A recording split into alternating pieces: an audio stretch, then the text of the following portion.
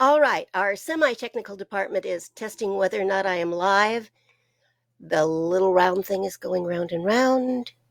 You're not live. Hold on. Oh, there you are. We made it. We made it. Yay, everybody. Yay. Thank you for your prayers, your thoughts. I have no idea why this didn't go live right at 12 o'clock. I have no idea. The little round thing in the corner kept going round and round and round, and it didn't tell me that I was live, and now all of a sudden it's decided that I am. So I'm happy to be here. I am happier that you're here, because if you weren't, I'd be talking to myself. And I do enough of that. And I hardly ever get new answers or new feedback. So it is great to have you here.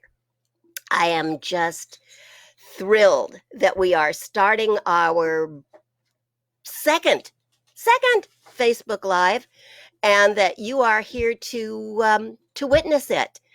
Maybe next week we can actually start right on time, but boy, 12:05 is a whole lot better than 12:30 was. So we're getting better every week, and next week should be even better yet. So far, so good. Now, I've got some homework for you before I even actually get started.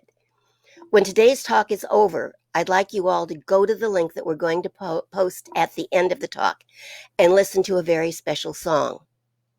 Thank you, Dana, for sending the link to me. Look what you started this time. Anyway, the song is It Is Well With My Soul. Now, don't go wandering around and go trying to find it right now, because there's a version I really want you to hear. It is timely, amazingly timely. But I want you all to hear it for several reasons. Not only is it amazing, it is a very traditional hymn. So if you listen to all the words, you're going to wonder why I posted it. Don't listen to all the words. Just let it touch you.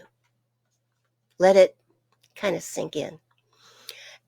It's a beautiful song, and in this case, particularly beautifully sung.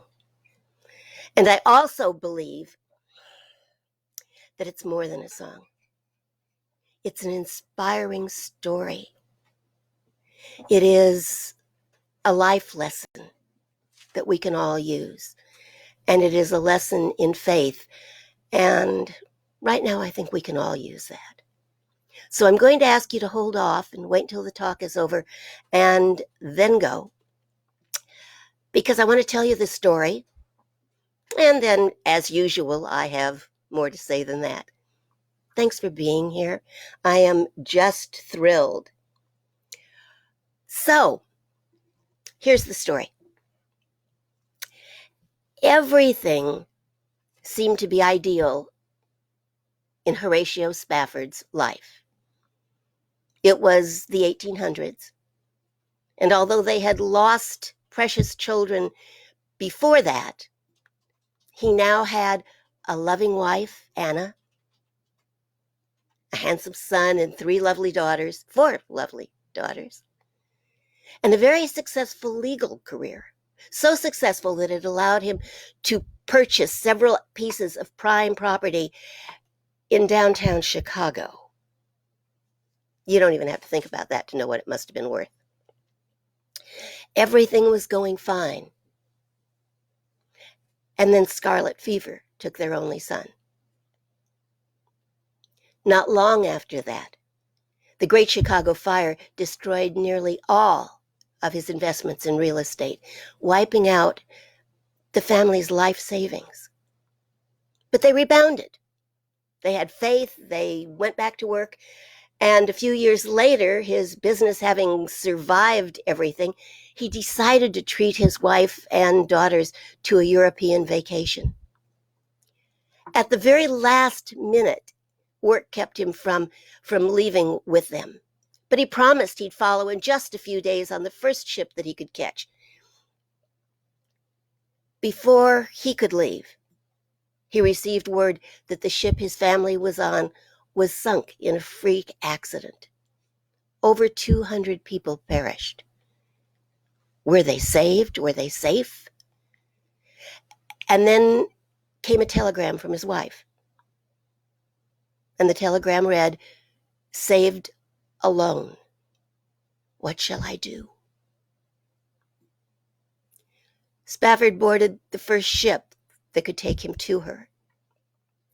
And as that ship passed over the area where the earlier ship had gone down, he picked up his pen and he wrote, "When peace like a river attendeth my way, when sorrows like deep billows flow, whatever my lot, thou hast taught me to say, it is well. It is well with my soul." It was a few years later that Philip Bliss added the music to those words. And a few years even after that, before the song became recognized by the general public. But since that was never Spafford's point, he didn't pay much attention. They never knew the impact their song would have or the inspiration that it would be for those who were facing critical times. Horatio and Anna had moved to Jerusalem to help there in any way they could. Spafford, I think, knew something, remembered in critical times something, trusted something very deeply that many of us overlook or tend to forget. That when there is calamity or chaos, when life seems completely out of control, there is a part of us, something within us, that is always greater than the circumstances. Something that is more peaceful than the chaos that seems to surround us. Something that is stronger than our assumed weakness or vulnerability. Something greater and more powerful than our greatest fear or our deepest sorrow. Spafford called that his soul. We tend not to go there, I think, because many of us were taught as children that our soul was a small spot within us that starts out pure and white, but darkens as we grow older and misbehave, darkens until it becomes so black that it dooms us forever to hellfire and brimstone. And while we were taught that, which is certainly an interesting lesson to teach children, we were not taught that this soul is powerful, is creative, is godlike. It was, in fact, for many of us relegated to being a barometer of our behavior, a litmus test, if you will, of our goodness or badness, according to the rules of the governing body of our particular religion. But as we grew older and hopefully wiser, we learned that our soul might just be more than a barometer. Poets told us that our soul is good and wise and a center of loving, that it was the best part of the best of us. Philosophers considered the soul a seat of the senses, of the desires, of affections and appetites, those things which today we tend to attribute to the heart. Though most of us will acknowledge that the heart itself is an organ, and when pressed, we tend to admit that all those lovely things we attribute to the heart, things like love and passion and generosity, joy, compassion, empathy, altruism, sensitivity, the appreciation of beauty and music and art, that all of those things actually reside in a place that we can't quite locate, but we call the soul. Each soul, the sutras say, has its own note to sing in the divine chorus, and no voice is more important than another. Matteo Sol said our soul is the secret essence within us, our deepest purpose, our unique meaning, the guiding force behind our individual lives. Your soul, wrote John O'Donohue in Anamkara, your soul knows the geography of your destiny. Your soul alone has the map of your future. Therefore, he said, you can trust this indirect, oblique side of yourself. And if you do, it will take you where you need to go. But more important, it will teach you a kindness of rhythm in your journey. Love, O'Donohue. Your soul alone has the map of your future. Whew. If we could only access that map and know how things were going to turn out when it feels like the world is falling apart. But what then? Would we allow the map to inform us so that we could make better choices? Or would we allow it to frighten us into paralysis? Would we take that precious information and allow it to inspire us to do greater things? Or would we use it to excuse bad behavior? Isn't it interesting, don't you think? How crisis brings out both the best and the worst in humanity. Just in the last month, images of healthcare workers and first responders who were risking their lives to attend to perfect strangers. And all the while, your neighbor up the street is hoarding toilet paper. Now, please understand, I'm not saying there isn't a crisis. I'm saying the world will be forever changed by our response to it. Your world will be forever changed by your response to it. Yes, it is a fact that there is a disease out there that is running rampant right now. Yes, it seems to be true that no response to it seems to be sufficient to stop it in its tracks. For now. Yes, it is true that many have lost their jobs and are worried about losing their families or their homes or their lives. Those are all facts. But here's a greater truth. The creative power of the universe, the power and presence that we call God or life or spirit or Allah or Jehovah, that amazing something that really doesn't care what we call it, is absolutely present right now and always. Right here where I am, right there where you are, right in the middle of all that surrounds you, and at the same time, right in the middle of you and the middle of your life, right there, at that point where your consciousness abandons fear and connects to a higher truth than appearances might suggest. At that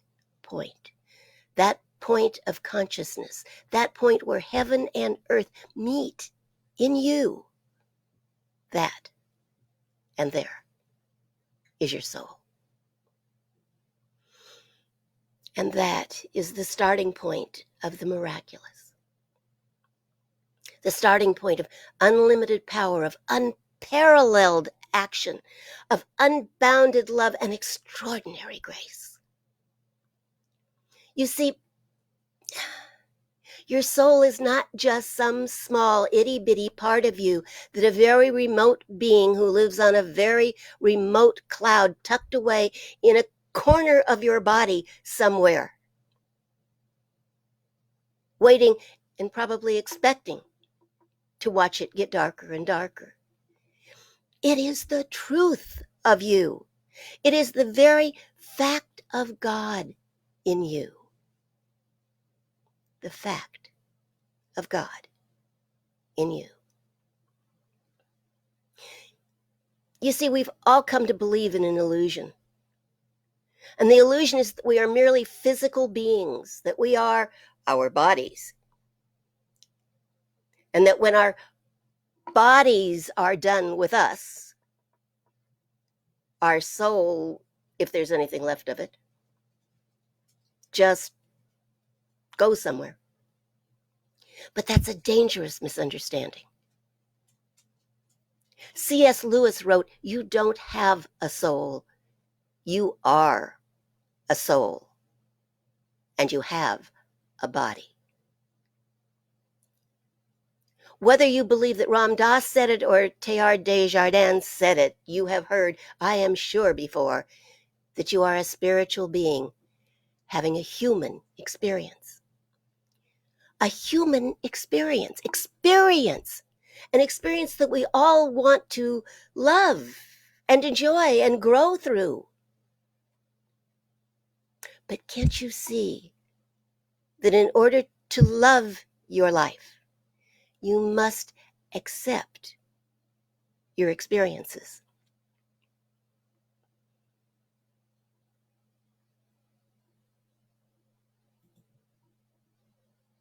There is so much more to life, and so much more to each of us if we are willing to accept our experiences and respond in a new way, a better way, a higher way to that. See, your life is all of that. It is all of those experiences, the good, the bad, and the not so very much fun, all of it. Part of the whole experience that is your life. All that has come before has brought you here, to this place, at this time, to hear these words, and to perhaps use them to decide who and how you shall be tomorrow. You are always one decision, one choice, one response away from creating a new life. So, who are you? What is important, really important to you? Who do you want to be tomorrow? And the day after that, and the day after that? You'll find your answers in what you value and what you believe in.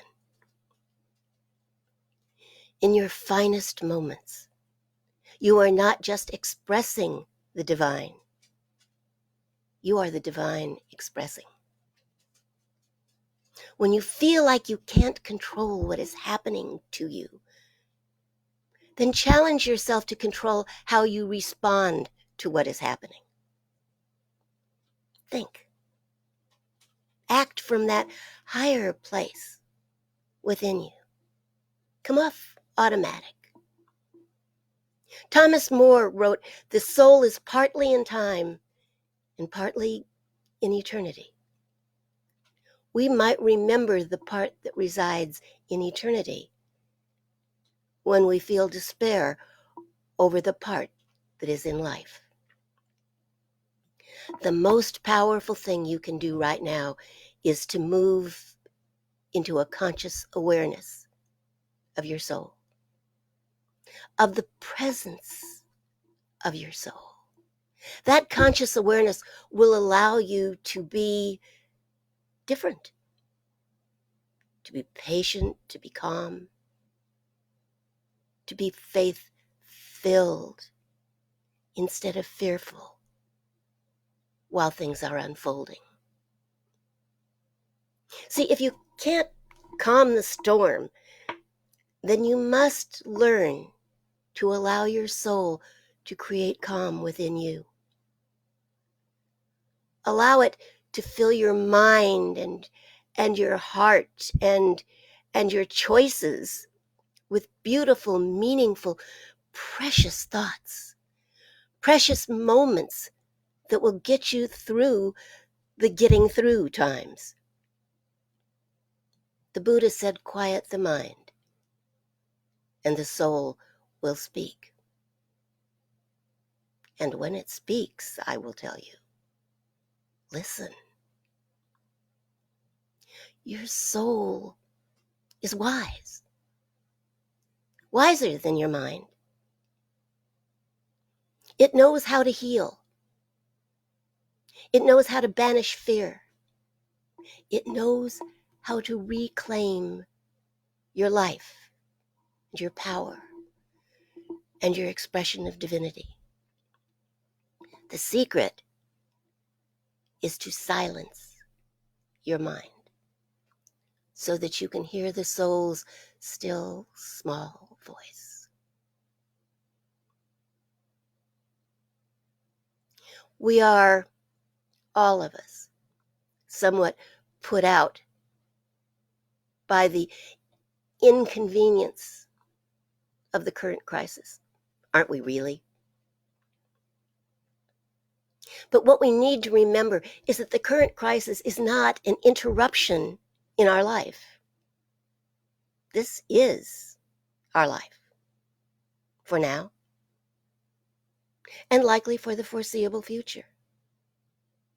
And there is nothing that we can do about that. But we can know that as horrific as the current crisis may seem, this too shall pass. This, like all things, came to pass. It didn't come to stay. And you can respond as the powerful spiritual being that you are if you choose that. This is not a time to fall victim to the chaos. That helps no one. You know, it used to be said, trust God and tie up the camel. The 2020 version of that might more appropriately be, trust your beautiful, wise, and powerful soul and wash your hands frequently. If you need a new song to sing while you are washing your hands, I, for one, don't care if I ever hear Happy Birthday again. Call upon your soul for inspiration. Ruben Dario wrote, you are a universe of universes, and your soul a source of songs. Find your song. And may I suggest that while you are singing and washing, that you also dance. Nietzsche said, those who were seen dancing were thought to be crazy by those who could not hear the music.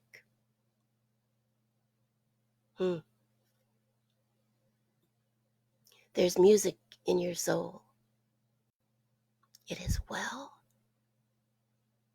It is well with your soul.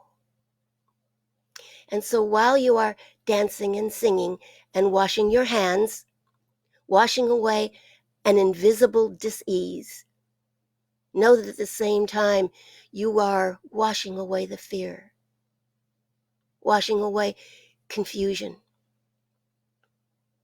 washing away frustration, and any sense of hopelessness that may have taken up residence in your mind. And as those feelings are rinsed away, know that they are replaced by the spiritual truth that lives in that place within you that we call your soul. That place that is solid and serene, peaceful, creative, and strong.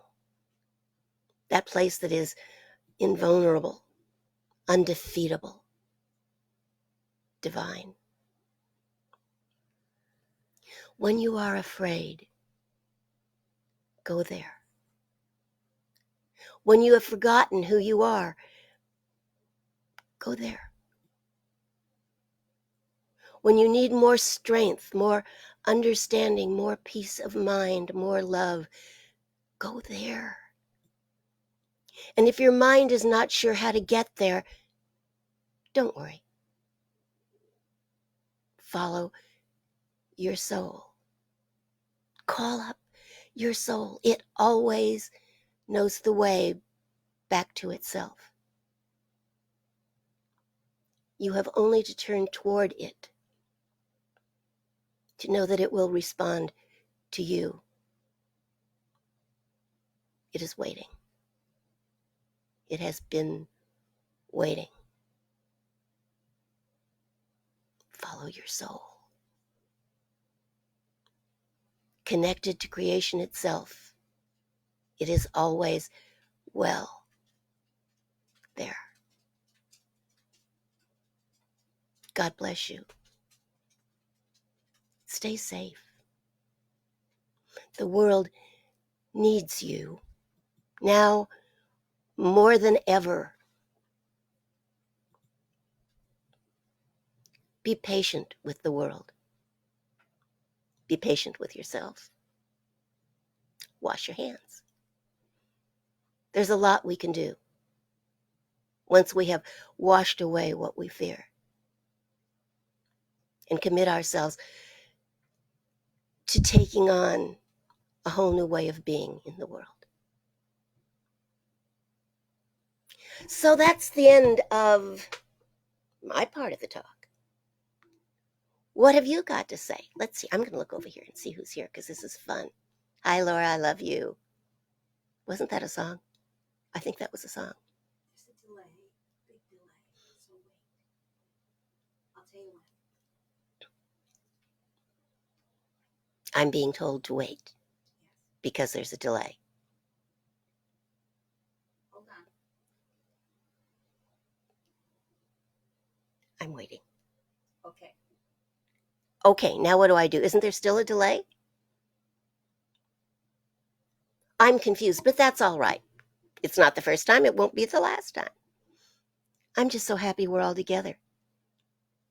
I'm so pleased that we have this opportunity to reach out and touch one another. All of your comments last week touched my heart, touched my spirit, my soul, made me excited about the possibilities here, excited about coming back again this week and speaking to you again. I noticed that a few of you are repeats this morning, that you also listened in on the Unity Ventura service. I hope you didn't get cut off earlier than you wanted to be. Zoom has a 40-minute time limit, apparently. And I think all of my talk got in, but everything went away right after that. So they'll work that out. That's the part of the technological education of so many of us. I'm thrilled that we only started 5 minutes late this week. I'm just thrilled and hope to do even better next week. But boy, that's a whole lot better than it was before. Let me see. Who else is here? Tamara's here. Rosa Maria. Hello, darling. I'm so glad you're here. Hi, Heidi. And Jackie. Oh, my goodness. Okay, I'm just way too excited about who's here. Now it says I'm ahead by 1 minute. Before I was told I was ahead by 3 minutes. I don't understand.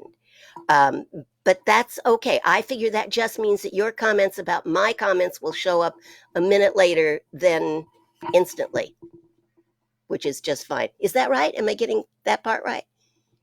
Okay. Who knows? It's just a marvel to me that it works at all, ever. So I'm really thrilled. And for someone that was absolutely illiterate about Facebook and all the rest of that, not very long ago. I'm pretty thrilled that we're here and we're together. And my plan is to be back here at the same time, same place next week and speak to you again. Some of you have been asking for a Wednesday night, and if you would be happy with a just off the cuff, well, if you used to go to my Wednesday night services, you'll kind of know the plan.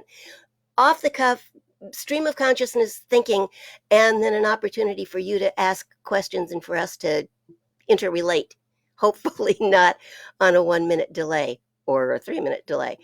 If that sounds like a good idea, let me know. You know how to do that. Just put something in the comments. Oh, let's see. What does it say? Oh, yes, absolutely. I want to thank two people today. I want to thank my friend Dana, who tends to just know what I need when I need it, I guess, because she sent me the original link to this particular version of It Is Well With My Soul, which just floored me and thrilled me. So I want to thank her for that and all the little surprise things she has added to my life over the years. I want to thank Cindy Warden for her absolutely invaluable help. You can probably thank Cindy for the fact that we were only 5 minutes late. She'd have had me right on time if she were right here, but of course she can't be because we're all separated by walls and buildings, but not by the heart, not by the soul. Our spirits can absolutely connect, and Cindy knows how to do that extremely well. So thank you, Cindy, for all of your help and all of the wonderful advice you have given me. I intend to take it all, whether I have right now or not. I am told that Michelle Medrano is here. Michelle, I love you. I love you. It has been way too long. We've got to find a way to connect once we can. Well, we can connect technologically, can't we? The other thing I can't do when it's Facebook Live, of course, is edit that little part out, but that's fine. Nobody's going to hate me for who else is here? Cat saying hi to a whole bunch of people, and I don't even know who's here. Jefferson, hi, darling. Hi, darling. My soul is blessed to know you. My soul is blessed to know all of you. A year or so ago, I went back up to Cambria. For those of you that don't know, I live in Ventura now. I'm not in Cambria any longer. But I went back up to Cambria and did a wedding and then spoke at the Unity Church where I was minister for almost 4 years and loved the people there. But I couldn't make notes on a talk. Nothing was coming to me. It was like my mind was fuzzy. So that morning, just before the service, I stopped at a local coffee shop and got a cup of a chai tea latte. I don't drink coffee. And sat down and looked up, and there was a card rack right in front of me. And the card rack said, "Life is hard. Thank God I'm pretty." Well, it made me laugh. So I took it down and looked at it and thought, I got to buy that. I don't know who I'm going to send it to, but who do you send it to? It doesn't sound like you ought to send it to anybody. And then right behind that card, in that way that cards get shuffled sometimes in card racks, there was another card that said, "I am blessed." And I thought, there's my talk. There's my talk.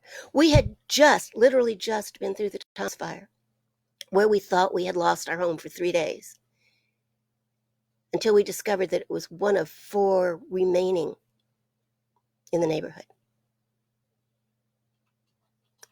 I'm blessed. So that's what I told them at Unity Cambria, that I'm blessed. And that whatever is going on in my life, it's temporary. It'll pass. The thing that I have to know, that we all have to know, is that we are blessed.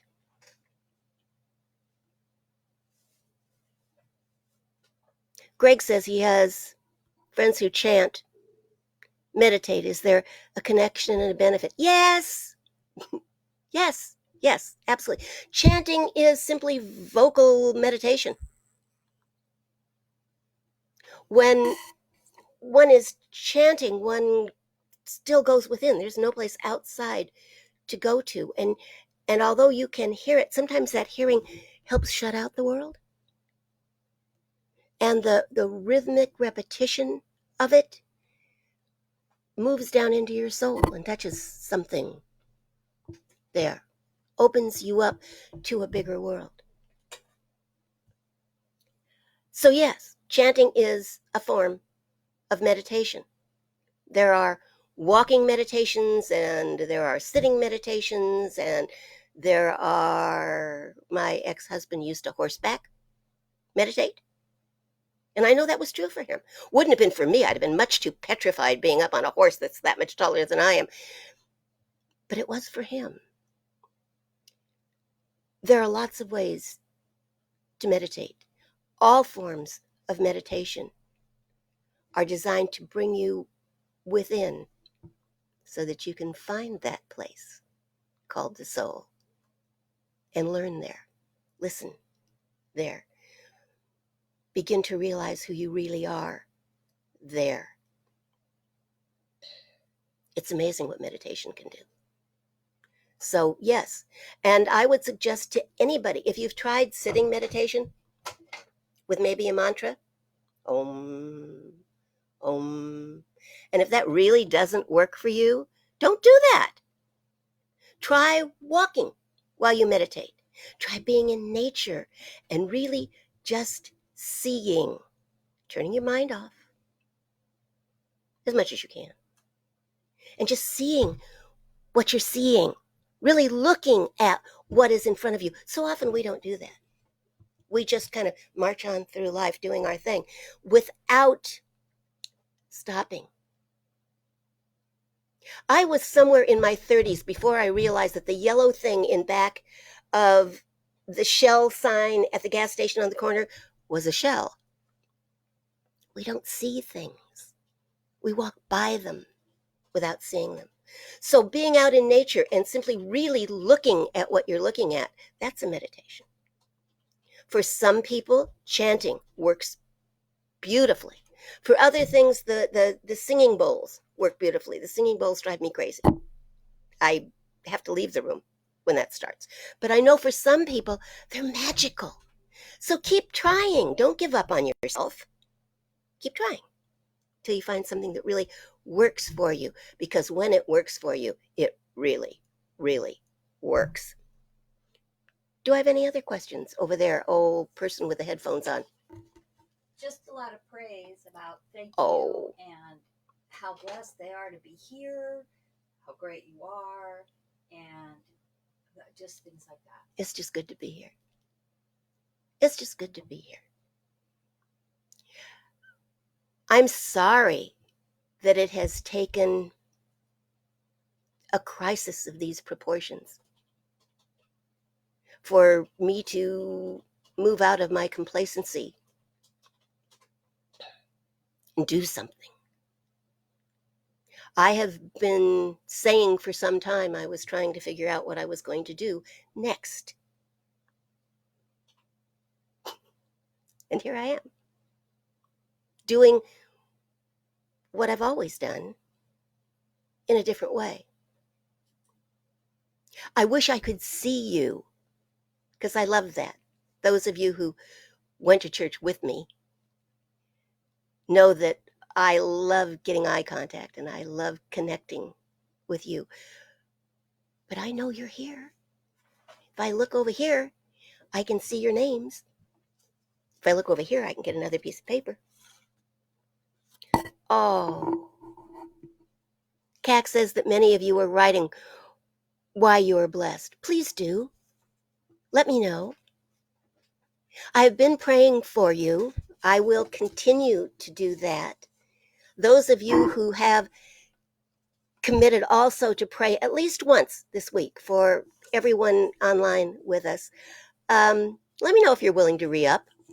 I loved knowing when I was praying that you were praying with me. If you have a particular prayer request, let me give you my email, because you may not want to post it where everyone can see it. So if you have a specific prayer request, let me know. My email is Marlene Morris. Now, you all know how to spell that. Marlene Morris at sbcglobal.net. And just in the subject line, put prayer request so that I'll know that's what it is and pay attention to it right away and not, well, you know what we do with ones that we don't know. Of course, if I know if it's come from you, I welcome it. So let me know if you have a specific prayer request. Let me know if you're willing to pray too. Where two or more are gathered, wow, what we can do. As I said last week, it's not because God likes crowds and doesn't approve of social distancing. It's because where two or more are gathered, one of us can hold up the other if we falter, if we slip and fall, if we stumble. Where two or more are gathered, the power's amped up. So gather with me. Pray with me. I invite you to do that. And let's see. Let me look over here and see if there's anything else I should know before I sign off. Do let me know how blessed you are. I would love that. And let me know if there's anything in particular you'd like me to talk about. If you've got some subject ideas, you can put those in the comments and I'll read them and pay attention to them. I promise I will.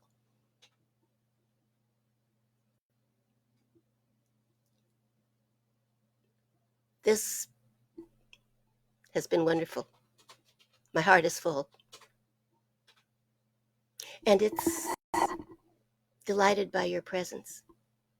Thank you for the honor of your presence. We have work to do together, my friends. We've got a world to heal. And if you can't figure out what to do, what is yours to do in this world that needs healing, then pray. Life will find a way of telling you. And then next time I ask how blessed you are, you can tell me what you're doing. I love our time together. I look forward to that. Are we going to try Wednesday night? We are. Okay. We are. We'll be here Wednesday night at what time? What time do you want? Oh, 6. 6 might cut it too close for some people who are coming home from work at their important jobs. Why don't we say 7? 7 o'clock. That means, if nothing else, because I love to talk on Wednesday nights about what I just heard, I will have just come off listening to David Muir, and he's always got a lot to say. So if I don't have an idea before that, I'm sure I will get one. You inspire me. You are the best part of me. And I thank you for being in my life.